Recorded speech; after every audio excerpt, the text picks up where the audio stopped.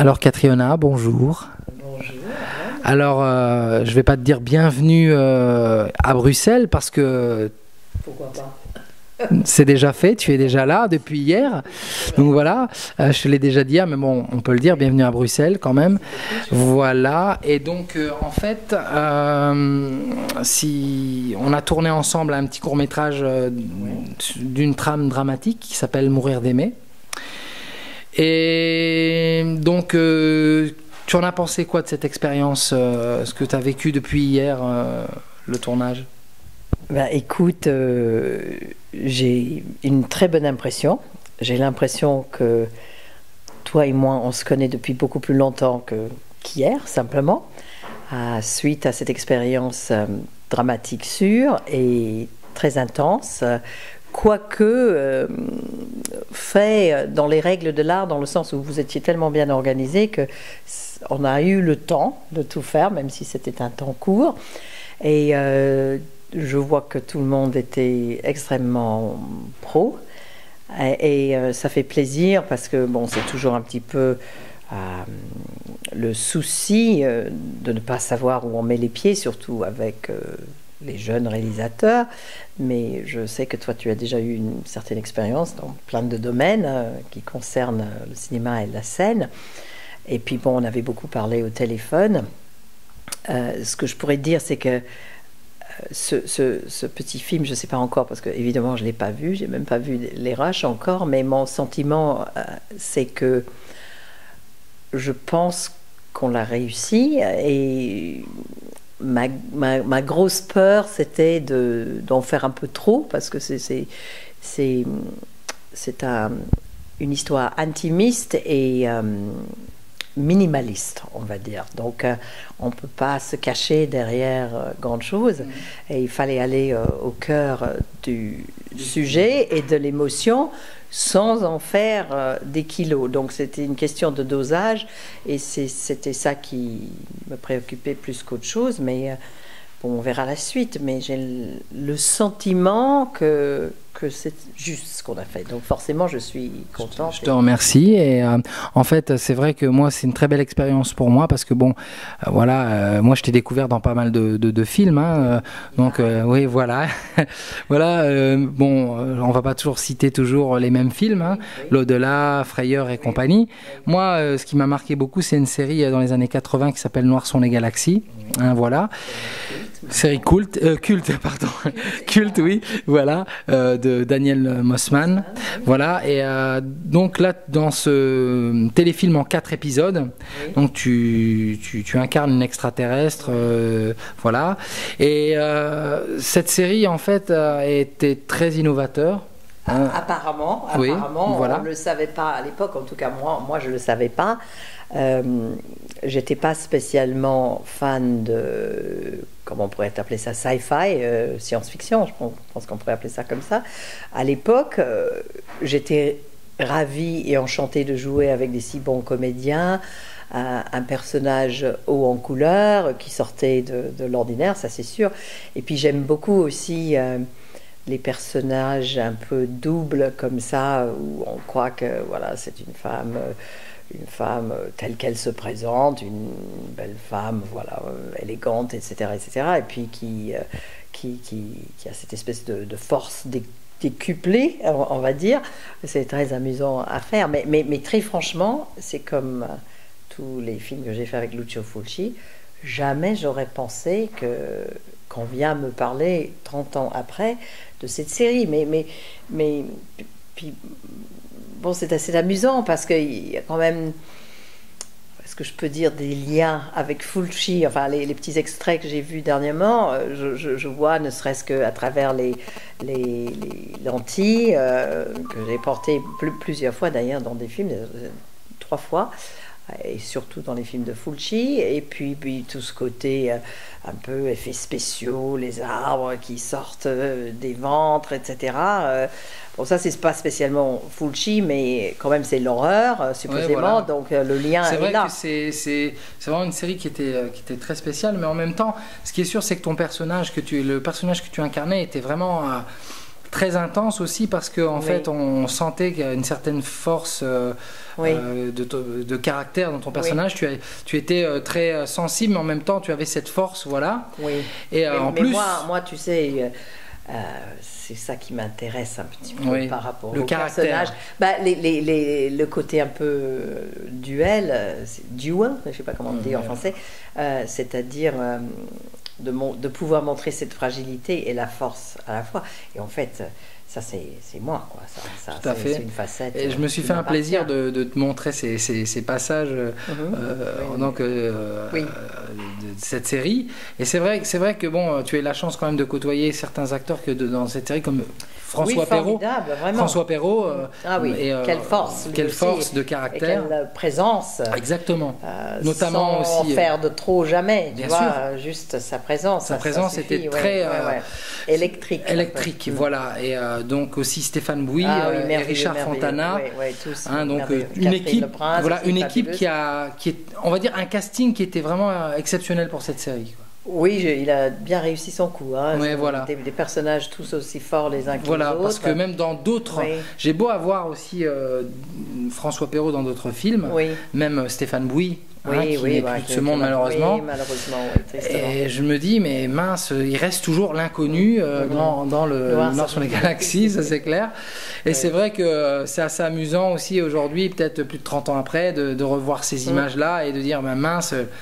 Ça a bien marqué mon esprit. Oui, ça, et surtout quand on pense à toute l'évolution de ce genre j'allais dire cinéma, même si c'était de la télé, ce genre d'œuvre, dans le sens où la technologie a tellement évolué, ça fait plaisir de voir qu'une série de cette époque-là, avec des effets spéciaux un peu primaires, ne serait-ce que... Mais enfin, des vrais effets spéciaux quand même, pas traités numériquement ni rien, d'où vient la magie et le talent de ceux qui l'ont fait. Tu l'as vécu, vu que du temps des débuts des films d'horreur, ils n'utilisaient pas la technique, c'était beaucoup avec à la démerde-toi et au latex, manuellement. C'était impressionnant. Et je dirais même que ces effets spéciaux-là me paraissaient plus crédibles qu'aujourd'hui. Même si dans le numérique c'est très très fort, parce humain, que voilà, plus humain, plus tactile. Voilà, exactement, tout à fait. Et ça me fait d'autant plus plaisir qu'une série comme ça soit devenue aussi culte aujourd'hui, parce que... Elle est culte parce que généralement, c'est vrai que j'ai remarqué quand je faisais des recherches, parce que je me souviens, je faisais des recherches à un moment sur Internet, et progressivement, il y a eu tellement une forte demande que il y a 2 chaînes qui ont rediffusé, il y a Festival et CinéFX, qui ont rediffusé la série. Et je me suis dit, mais mince, comment ça se fait qu'une série comme ça sort pas en DVD? Oui, c'est toujours pas sorti, tu veux dire? Non, par contre, on peut l'acheter sur Lina. Ah oui, d'accord, Lina, on peut l'acheter en téléchargement. Parce que moi, on me l'a offert dernièrement. Voilà, donc, mais je pense qu'il n'y a rien... Enfin, moi, je suis quelqu'un j'aime bien ce côté, avoir le DVD, voilà, avec la pochette, et puis avec quelque chose... en plus, il y a des effets un peu de l'époque, quoi. C'est très années 80. Tout à fait. Et pourquoi pas... que Dallas Dynasty, même s'il y a beaucoup moins d'argent que Dallas et Dynasty, mais c'est quand même exemplaire de la télé de cette époque. Et je pense que c'est bien, parce qu'on remarque une chose dans ce 30 ans après, que ça a marqué des esprits.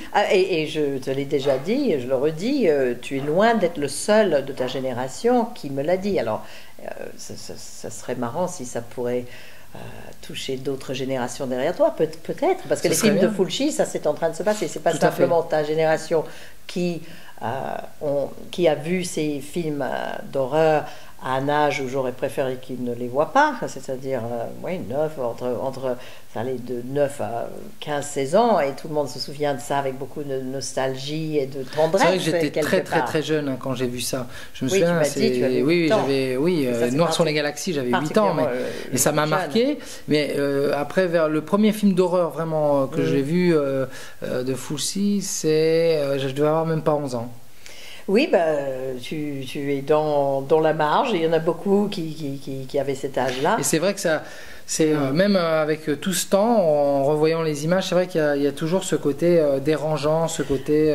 Oui, et puis... Il a fait le genre, il a créé en fait tous les clichés, on va dire, maintenant qu'il y a dans les films d'horreur. Ah ben, énormément de réalisateurs jeunes ou moins jeunes, hein, de partout, hein, qui ont été influencés par lui, parce qu'on m'en parle très souvent.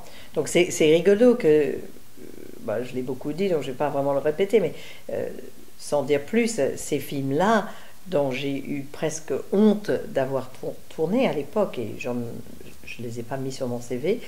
J'en ai même toujours qu'un sur mon CV, je n'ai pas mis les 3 encore aujourd'hui. Et pendant des années, je ne voulais pas vraiment admettre que c'était moi qui étais là-dedans. J'avais honte, on va dire, que ces films-là sont devenus des pièces de collection et on m'en parle dans le monde entier. Oui, parce qu'il y a beaucoup de gens, même de plus en plus, j'ai vu qu'il y a... Mais bon, il y a un moment, c'était Neo Publishing qui distribuait donc les DVD et récemment j'ai entendu dire qu'ils avaient fait faillite.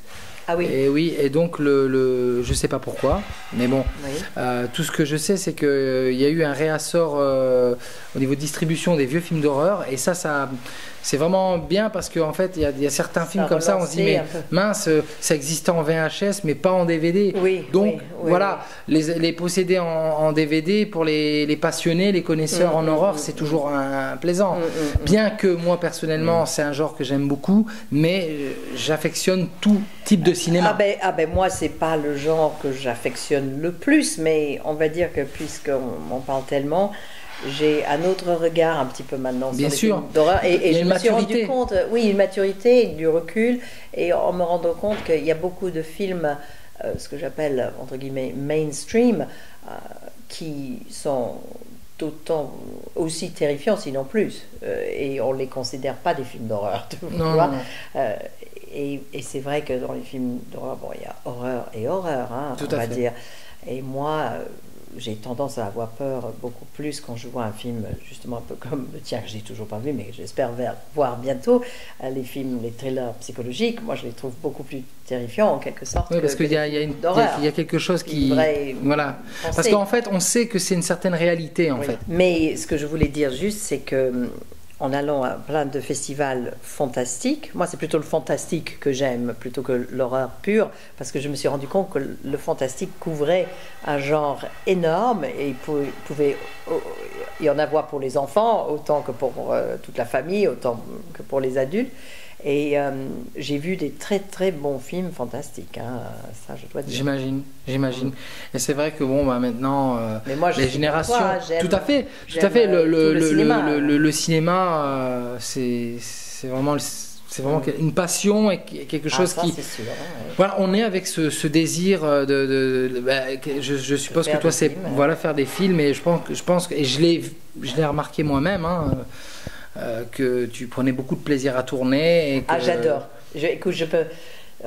ça, c'est pour analyser ça, mais je prends le même plaisir que vous tous. Hein, pourquoi vous êtes là. Et c'est aussi pour ça que j'encourage des jeunes metteurs en scène. C'est toujours agréable de tourner avec quelqu'un comme toi, parce que tu es très professionnel. Tu es très professionnel, on sent l'expérience, on sent que tu es quelqu'un qui t'adapte. Oui, et qui aime ça. On sent que tu es une vraie actrice, hein, ça c'est le cas de le dire. Merci beaucoup. Et non, je le pense, c'est sincère. Tu es une vraie actrice, tu t'adaptes vite et à toute situation, et tu es vraiment carré. Et ce qui est bien, c'est que bon, voilà, tu es naturel, tu es simple, et ça. Je suis comme je suis dans la vie. Je suis exactement pareil. Voilà, on sent la passion. Ah oui, alors je suis très passionnée, et c'est pour ça que je suis ravie qu'il y a tant de jeunes metteurs en scène comme toi qui reviennent vers moi et qui font en sorte que je peux continuer à pratiquer cette passion, parce que sans vous, il y en aura d'autres, et s'il y a un prochain long, j'ai déjà mes idées, mais bon, je penserai à toi, parce que non, mais sincèrement, c'est vraiment, il y a plein de choses à faire, il y a des tas de choses à faire au niveau cinéma. Et puis là, tu es rentré dans un âge de maturité. Oui, c'est vrai. Je crois que je suis enfin rentrée dans un autre registre, un autre registre. Et je me suis rendu compte aussi que par rapport à l'âge que j'ai maintenant, il y a des rôles de femmes magnifiques que je peux jouer encore, comme même si c'est D'en un mourir petit d'aimer. Oui, voilà, un petit court-métrage. C'est ça aussi qui m'a donné tu as donné envie, l'intensité. Tu as donné l'intensité et tu t'es. C'est impressionnant. Tu t'es lâché, tu t'es donné et franchement. C'est ce qu'il fallait faire. Voilà, c'est un beau personnage. C'est un très beau personnage et je suis vraiment très heureux que tu as accepté d'aller jusqu'au bout du projet. Oui. Et voilà, on va essayer de faire une belle chose avec. Oui, tout à fait. Et on verra. L'avenir nous le dira, comme dirait l'autre. Le projet est né, on verra. Tout à fait. Maintenant, on va le faire germer. Oui. Attention à pas confondre avec les films d'horreur. Voilà. Ni noir sans non, voilà, tout à fait. Bon, voilà, Catriona, je vais te faire un gros bisou et puis on aura l'occasion de se recroiser et puis de faire plein de choses et puis voilà. Ce qui est sympathique pour moi, c'est qu'à travers tous ces jeunes réalisateurs, j'ai des nouvelles familles qui commencent à germer partout, en Europe et ailleurs.